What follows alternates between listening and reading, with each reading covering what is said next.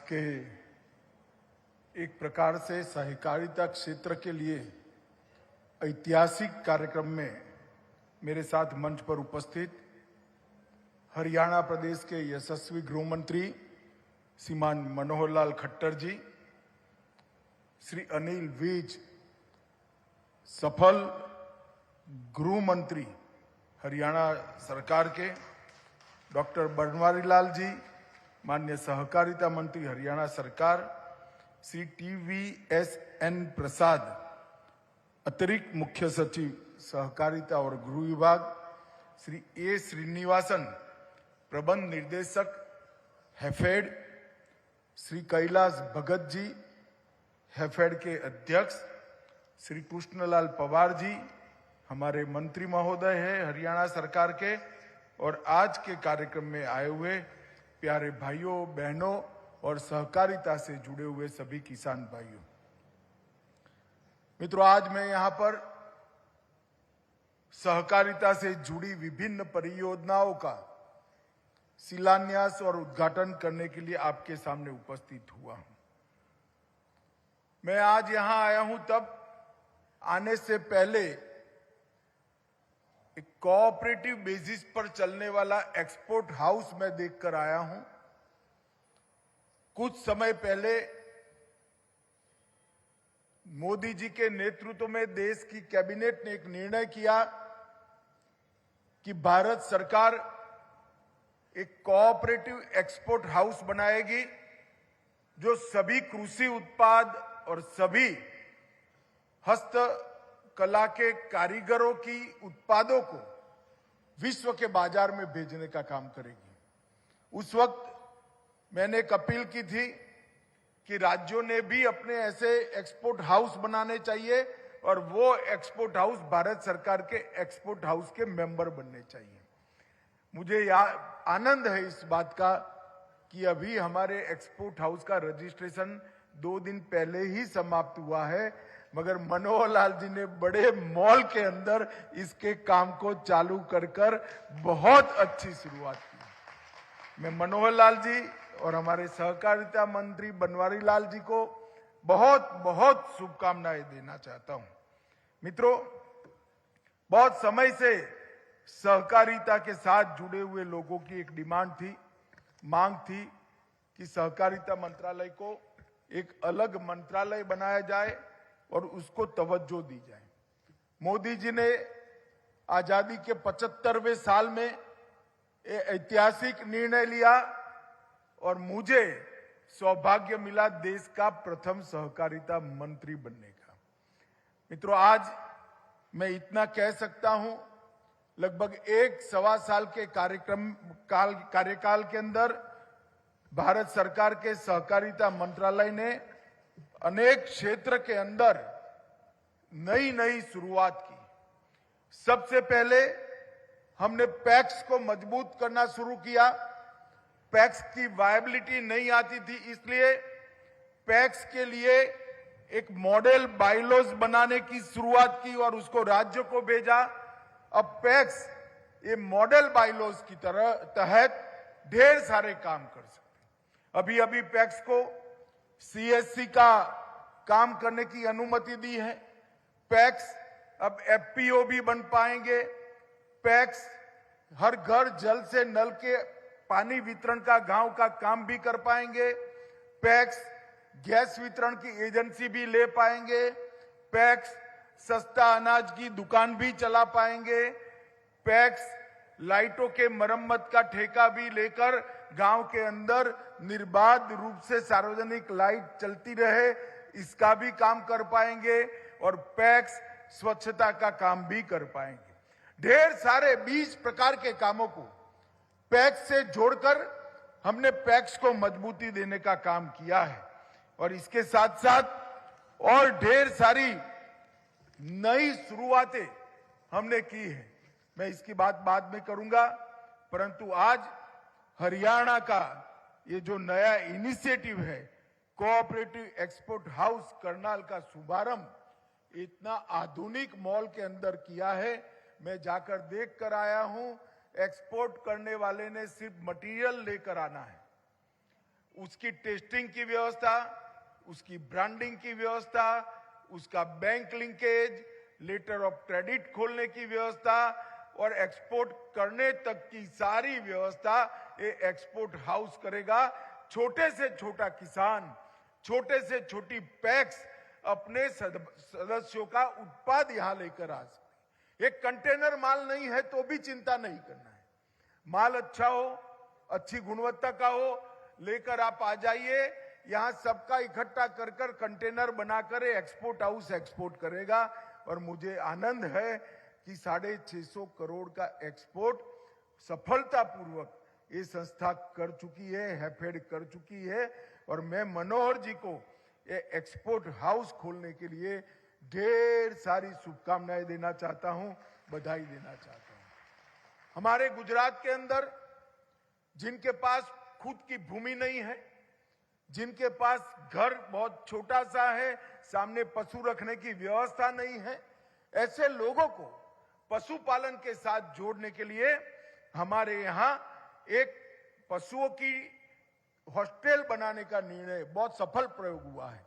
मनोहर लाल जी ने इसी की तर्ज पर आज हरियाणा डेयरी विकास सहकारी प्रसंघ के तत्वाधान में एक साझी पशुशालिका स्थापित किया है, जिससे मुझे लगता है गरीब के गरीब व्यक्ति को भी 4 भैंस, 3 भैंस, 2 भैंस लेनी है तो वो लेकर वो साझी पशुशालिका में रखेगा और अपना दूध कोऑपरेटिव फेडरेशन में भरकर वो आगे इसका फायदा ले पाएगा, अपनी जीवन को यापन करने का इसमें से कमाई कर सकेगा। इसके साथ साथ पशु चारा, साइलेज, पशु की चिकित्साएं, संपूर्ण वैक्सीनेशन और अनेक प्रकार के फीडिंग के उपक्रम भी इसके साथ जुड़े हैं। इससे गरीब व्यक्ति पशुपालन के सहकार कार्यक्रम के साथ जुड़ेगा तो सही, परंतु साथ के साथ समग्र गांव के अंदर स्वच्छता का भी वातावरण होगा और गोबर गैस बनाकर गोबर को एक नेचुरल ऊर्जा उत्पादन कर कर फिर बाद में एक ऑर्गेनिक खाद के रूप में भी इसका मार्केटिंग हो पाएगा। तो एक मल्टी डायमेंशनल एक्सपेरिमेंट आज हरियाणा ने सांझी डेयरी के माध्यम से करा है। मैं इनको बहुत बहुत साधुवाद देना चाहता हूं। इसके साथ साथ यहां सहकारी दूध संयंत्र का भी भूमि उद्घाटन हुआ है। हर रोज 5 लाख लीटर दूध प्रोसेस करने की यहां पर व्यवस्था की है। करीब करीब 200 करोड़ रुपया इस पर इन्वेस्ट हुआ है। मुझे भरोसा है इससे बहुत सारे पशुपालकों को फायदा होने वाला है। पानीपत सहकारी चीनी मिल को भी यहां इथेनॉल प्लांट का संयंत्र लगाया गया है जो 150 करोड़ रुपये की लागत से लगा है और 90,000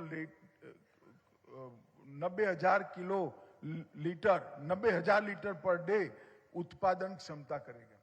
मित्रों, इथेनॉल से हमारे देश की पेट्रोलियम प्रोडक्ट की इंपोर्ट भी कम होती है और एक जैविक ईंधन के कारण पर्यावरण की भी सुरक्षा हो रही। जब नरेंद्र मोदी सरकार बनी 2014 में, तब इथेनॉल का पेट्रोल डीजल में मिलान 1% से भी कम था, शायद आधा प्रतिशत तक। आज हम 10% क्रॉस कर गए हैं और 2025 में 20% इथेनॉल पेट्रोल के अंदर मिक्स करने का काम ये नरेंद्र मोदी सरकार, भारतीय जनता पार्टी की सरकार सिद्ध कर लेगी। इससे शुगर मिलों की आमदनी बढ़ेगी, इससे वेस्ट एपीएमसी का और बिगड़ा हुआ धान, बिगड़ा हुआ अनाज भी उपयोग में आएगा और हमारे देश के इंपोर्ट बिल में भी भारी मात्रा में कटौती होगी। ये नया इनिशिएटिव मनोहर जी ने लिया है, उसके लिए मैं बहुत बहुत शुभकामनाएं देता हूं। और सबसे बड़ी बात, सहकारिता को फिर से रिलेवेंट बनाने के लिए, सहकारिता को ग्रामीण आर्थिक गतिविधियों की रीढ़ की हड्डी बनाने के लिए जागरूकता लाना बहुत जरूरी है। आज यहां पर इंटरनेट रेडियो सहकारिता वाणी भी शुरू की गई है। मुझे लगता है कि सभी पैक्स और सभी किसानों के लिए ये सारी योजनाएं ये सारी सुविधाएं और ये सारी इंफॉर्मेशन टिप पर होगी। मोबाइल पर इंटरनेट वीडियो सुनकर किसान इसका फायदा ले पाएंगे। इससे भी सहकारिता का बढ़ावा होने वाला है। सहकारी समितियों के अलग अलग काम के लिए भारत सरकार के तत्वाधान में चल रहे एनसीडीसी ने आज हरियाणा को 10,000 करोड़ रुपए की राशि इश्यू की है, जो कम सूद पर किसानों की सहकारी समिति को दी जाएगी। ये 10,000 करोड़ रुपया बहुत बड़ी बात होती है सहकारी समितियों के लिए, और भारत सरकार ने ये जो इनिशिएटिव लिया है इसका आज फायदा हरियाणा के किसान को भी मिल रहा है। मित्रों, हरियाणा को ट्रांसफॉर्म करने के लिए हमारे मुख्यमंत्री मनोहर जी ने ये 9 सालों में काफी कुछ किया है। हरियाणा में बहुत बड़ा बदलाव आया है।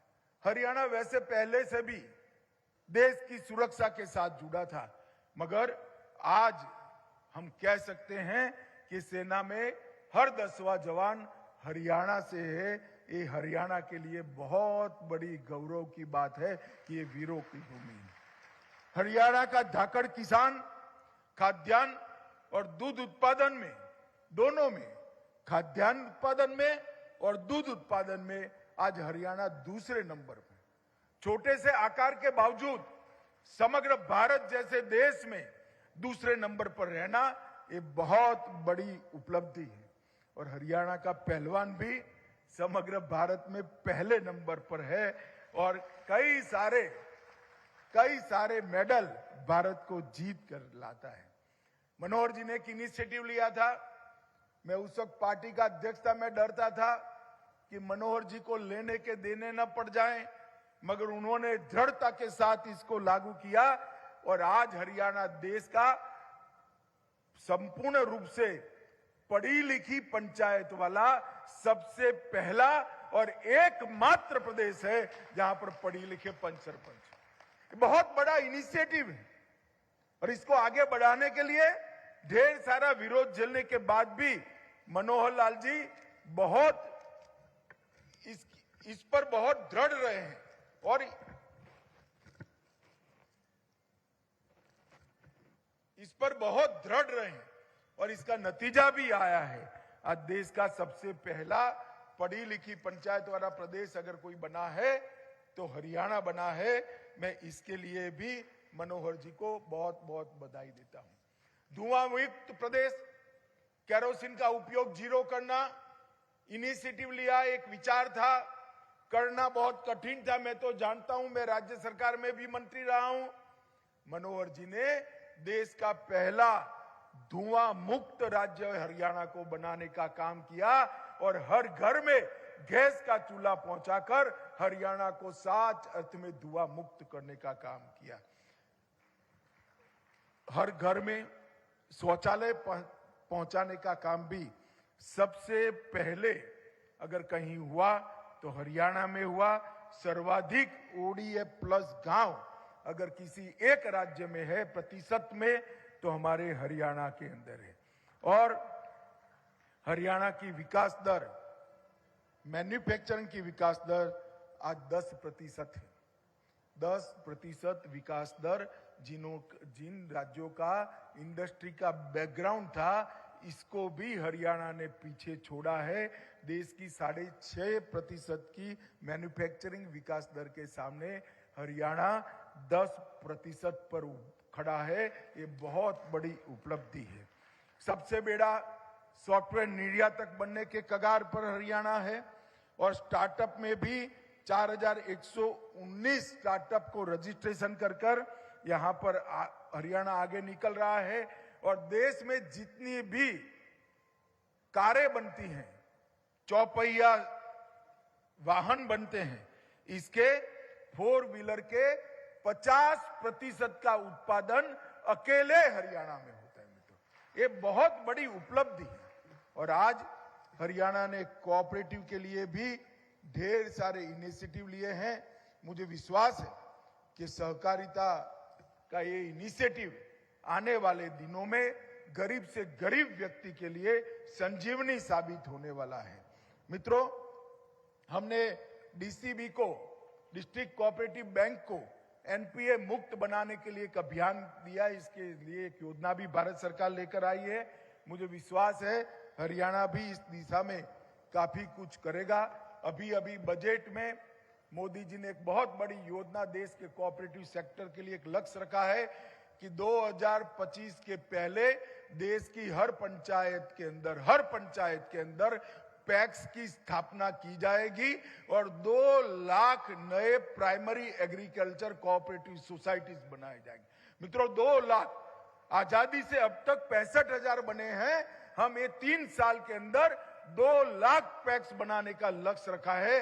आप सोचिए कि कोऑपरेटिव का स्केल कितना बड़ा बनने वाला है। हम कोऑपरेटिव की नई नीति भी लेकर आए हैं। इसके साथ साथ 3 कोऑपरेटिव सोसाइटी की स्थापना भी भारत सरकार ने की है। एक छोटे से छोटे किसान को बीज के उत्पादन के अंदर जोड़ने के लिए बीज उत्पादन की कोऑपरेटिव सोसाइटी बनाना। दूसरा, ऑर्गेनिक प्रोडक्ट किसान कर तो लेता है, प्राकृतिक खेती करता है, ऑर्गेनिक खेती करता है, मगर उसका शोषण होता है क्योंकि एक ब्रांड नहीं है, मार्केट नहीं है। ऑर्गेनिक प्रोडक्ट का जो दाम विश्व के बाजार में वो उसको मिलता नहीं है। तो हमने ऑर्गेनिक प्रोडक्ट किसान की जो है उसके मार्केटिंग के लिए एक मल्टी स्टेट कोऑपरेटिव सोसाइटी की स्थापना की है, जो देश भर के ऑर्गेनिक प्रोडक्ट जिनकी है, एक किसानों को इनकी जमीन का सर्टिफिकेशन भी, भूमि का सर्टिफिकेशन करेगा, उनके प्रोडक्ट का सर्टिफिकेशन करेगा और पैक्स के माध्यम से उनको मार्केटिंग का एक प्लेटफॉर्म उपलब्ध कराएगा, जिससे मुनाफा सीधा किसान के पास हो जाएगा। और इसके साथ साथ हमने एक multi state cooperative export house भी रजिस्टर किया है, जो हैफेड के तर्ज पर देश भर के कोऑपरेटिव के मटेरियल को दुनिया भर में एक्सपोर्ट करेगा। मैं विश्वास दिलाता हूं मनोहर जी को कि अभी सिर्फ आप बासमती चावल एक्सपोर्ट कर रहे हो, वो दिन दूर नहीं है कि हरियाणा की सब्जी गल्फ के लोग खाएंगे। ऐसी व्यवस्था हमारे किसान के लिए बहुत फायदेमंद है। ये मल्टी स्टेट कोऑपरेटिव सोसाइटी जो निर्यात की बनेगी, वो देश के हर किसान के प्रोडक्ट को, हर हस्तकला के कारीगर की प्रोडक्ट को दुनिया में भेजने का काम करेगा। मित्रों, बहुत बड़ी उपलब्धि होने वाली है। आज मैं मनोहर जी को इस मंच से, हमारे सहकारिता मंत्री जी को इस मंच से बहुत बहुत बधाई देना चाहता हूं कि आज जो 5 इनिशिएटिव लिए हैं और भारत सरकार ने छठा जो एनसीडीसी की 10,000 करोड़ की लोन यहां पर भेजी है सहकारिता के बढ़ावे के लिए, मुझे पूरा विश्वास है इससे हरियाणा की सहकारिता आंदोलन को बहुत बड़ी गति मिलेगी और आने वाले दिनों में हम मोदी जी के नेतृत्व में हरियाणा को, मनोहर जी के नेतृत्व में हरियाणा को देश का नंबर 1 राज्य बना पाएंगे, ऐसा मैं विश्वास करता हूं। फिर से सबको बधाई देकर मेरी बात समाप्त करता हूं। वंदे मातरम। बहुत बहुत आभार माननीय केंद्रीय गृह और सहकारिता मंत्री माननीय श्री अमित शाह जी का, उनके उद्बोधन के लिए, उनकी प्रेरणा के लिए, उनके स्नेह और कृपा के लिए। महोदय, आपके प्रति आभार व्यक्त करते हुए मैं माननीय मुख्यमंत्री श्री मनोहर लाल जी से निवेदन करूंगा कि वे माननीय